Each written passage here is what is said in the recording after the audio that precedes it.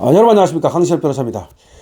지금 이재명이 국민들에게 지역화폐를 나눠준다는 얘기입니다. 현금이 아닌 지역화폐로 준다는 것인데요. 왜 현금이 아닌 지역화폐인가 의문을 제기하는 사람들이 많습니다. 그 중에서도 시민일보의 고하승 주필이 이번에 현금이 아닌 지역화폐, 이게 이재명과 지역화폐 발행 업체라든지 운영업체라든지 검은 커넥션이 의심스럽다는 지금 글을 썼습니다. 페이스북에 올린 글인데요. 국민 1인당 15만원 내지 50만원씩 민생회복 소비 쿠폰을 지급한답니다. 소득계층별로 상위 10%, 잘 사는 사람들 512만 명은 15만원, 일반 국민 4,296만 명은 25만원, 차상위층 38만 명은 40만원, 기초수급자는 50만원이 지원된답니다. 일반 국민 기준으로는 25만 원이 되는 거고 4인 가족 기준 100만 원어치가 되는 건데, 문제는 이게 현금이 아니라 쿠폰으로 준다는 겁니다. 과거 코로나 때는 말이죠, 이걸 통장에 넣어주지 않았습니까? 현금 대신 사실상 대표적인 이재명 표 정책으로 꼽히는 지역화폐, 지역사랑 상품권이라고도 그러죠. 이걸로 주든지 아니면 선불카드 또는 신용카드나 체크카드 중에서 선택해서 지급받을 수 있다네요. 근데 여기서 의문이 생기는 겁니다. 왜 현금이 아니라 굳이 불필요한 비용이 또 발생하는 지역화폐를 발행해서 주는가? 그렇죠. 지역화폐를 발행하고 그걸 운용하려면 또 돈이 드는데 굳이 이렇게 할 필요가 있는가? 이른바 지역사랑 상품권이라는 지역화폐는 특정 지역에서만 사용할 수 있는 상품권입니다. 예를 들어서 어떤 지자체 또는 어떤 시, 군 이런 데서만 특정적으로 사용할 수 있는 그런 건데, 보통 식사, 쇼핑, 서비스 등에 사용할 수 있게 되고, 이걸 통해서 그 지역의 소비를 진작시키는 효과를 거둘 수 있다는 것이 이재명 쪽의 얘기입니다. 그런데 지금 고하승 주표는 이렇게 얘기를 합니다.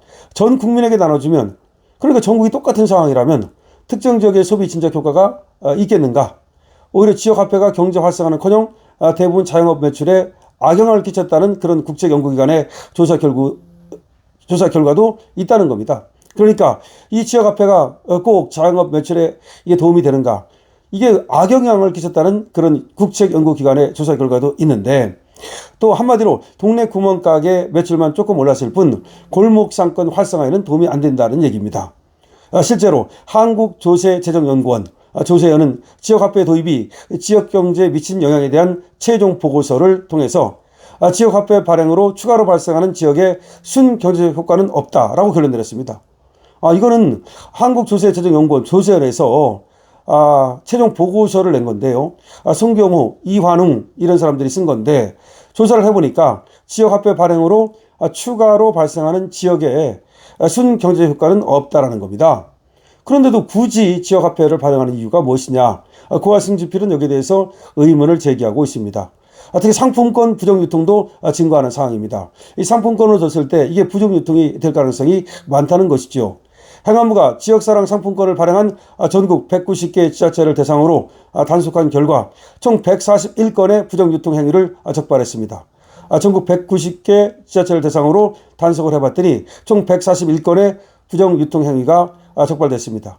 이 가운데 소위 깡어로 불리는 부정수치와 불법 환전도 무려 56건에 달했습니다. 상품권 깡, 이게 부정수치고 불법 환전이죠. 이처럼 효과는 없고 오히려 부정유통 등 부작용이 초래할 것이 뻔한 상품권을 발행하는 비용만 약 700억 원이 들어간답니다. 가해 돈으로도 700억 원을 쓰게 되는 거예요. 그러니까 이게 부정유통 또 부작용, 이게 뻔한데 또 비용은 700억 원이 더 들어가는데 이게 나라 돈이라 해서 이렇게 흥청망청 써도 됩니까? 그다음에 상품권을 관리 운영하는 회사에 또 수수료도 줘야 됩니다. 이게 지금 운영사에도 또 돈 줘야 되고, 그러면 700억 원이 아니라 더 많은 돈이 들어갈 수도 있겠죠. 왜 그렇게 하는 거죠? 자, 2017년부터 도입된 지역사랑 상품권은 현재 전국 230여 개 지방자치단체에서 사용 중인데, 그 운영 수수료는 시군마다 천차만별이지만 약 1.1%가 운영 수수료로 들어간답니다. 만일 전 국민에게 25만 원씩 상품권을 지급한다면 13조 원의 예산이 필요한데요. 운영예산은 그 1.1%인 1,430억을 가져가게 됩니다. 가만히 앉아서 1,430억. 만약에 모두를 상품권으로 발행했다고 했을 때, 모두를 상품권으로 줬다고 했을 때 1,430억 원이 추가로 들어가는 겁니다. 결과적으로 인쇄비, 수수료 다 합치면, 그리고 또 수수료까지 다 합치면 아까 700억에다가 이번에 1,430억을 합치면 2,130억 원이 들어가게 됩니다. 그러니까 수수료 1,430원, 1,430억, 그리고 상품권 발행하는 비용만 700억, 상품권을 만들어야 될 거 아닙니까? 그 발행 비용이 700억, 거기다가 수수료로 주는 비용이 1430억, 그럼 무려 2130억이 더 들어간다는 겁니다.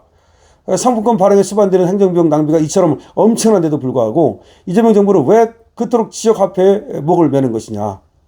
그렇다고 해서 상품권이 현금보다 더 효과를 낼 수 있는 것도 아닌데 왜 굳이 지역화폐를 고집하는 것인지 모두 이해할 수 없다고 한답니다.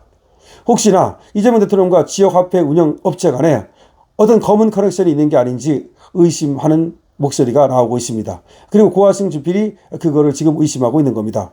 실제로 이재명이 경기도지사 재임 시절 경기도 지역화폐 운영사였던 코나아이는 2019년 사업자 선정 후 끊임없는 비리 특혜 의혹이 뒤따랐고, 이 코나아이가 지역화폐 운영 계획에 따른 선수금을 임의로 인출해서 회사채와 자회사 유상증자에 사용해가지고 최소 26억 원의 수익을 챙겼다는 감사한 감사 결과가 나오기도 했습니다.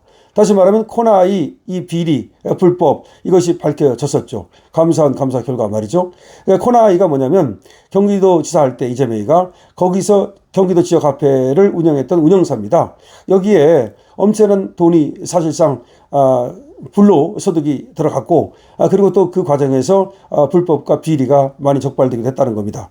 이런 상황에서 민심을 돈으로 사려는 이 포퓰리즘 정책도 문제지만 더군다나 현금이 아니라 지역화폐 운영업자들에게 이렇게 돈을 몰아주는 이런 방식은 정말 동의하기 어렵다라고 고화승 주필은 얘기하고 있습니다. 따라서 이재명 정부는 민생회복지원금 지급 방식에 대한 전면 재검토를 하기 바랍니다. 굳이 포퓰리즘 정책을 강행하겠다면 불필요한 비용이 추가되는 쿠폰 대신 현금으로 지급해야 된다는 겁니다. 일단은 말이죠. 이렇게 포퓰리즘 정책을 쓰는 것이 자체가 문제가 있고, 그럼에도 불구하고 굳이 국민들에게 돈을 나눠주겠다면 현금으로 나눠줘야지 이렇게 상품권으로 나눠주는 방식은 옳지 않다는 겁니다. 그래서 지금 자 보십시오.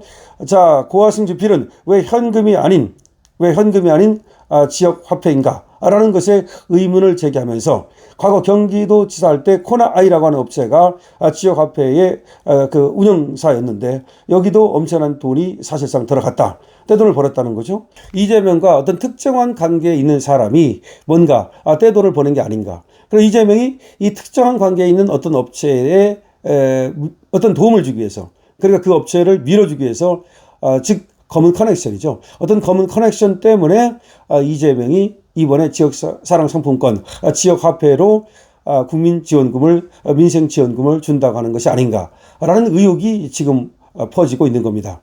여기에 대해서 더군다나 시민 일부의 주필인 고화승 주필이 이렇게 문제를 제기하는 거 보면은 이거는 단순하게 말이죠. 어떤 의혹을 제기하는 차원이 아니라 어떤 문제가 있다는 확신하에 이런 또 글을 쓰고 있는 거거든요. 자, 일단 포퓰리즘 정책을 써서 그렇게 어마어마한 돈을 퍼주는 것도 문제가 있다. 첫 번째. 근데 만약에 꼭 준다면 현금으로 줘야지 가에 돈이 그렇게 많이 들어가는 지역사랑 상품권을 줄 이유가 없다. 그렇다면 그걸 끝끝내 고집한다면 어떤 이유가 있지 않을까? 그럼 그 이유는 무엇일까? 그럼 코나아이를 본다면 아무래도 이재명과 어떤 커먼 커넥션을 맺고 있는 그 업체가 이번에 또 도움을 받는 것은 아닌가라고 하는 것입니다. 여러분들은 어떻게 생각하십니까? 여러분들의 의견을 많이 댓글로 남겨주시기 바랍니다. 어쨌든 이재명은 포퓰리즘 정책을 계속 써서 지금 돈으로 표를 사겠다, 돈으로 민심을 사겠다, 그런 생각을 하는 모양인데 이재명 정말로 위험하다는 생각이 들지 않으십니까? 강신업 TV입니다.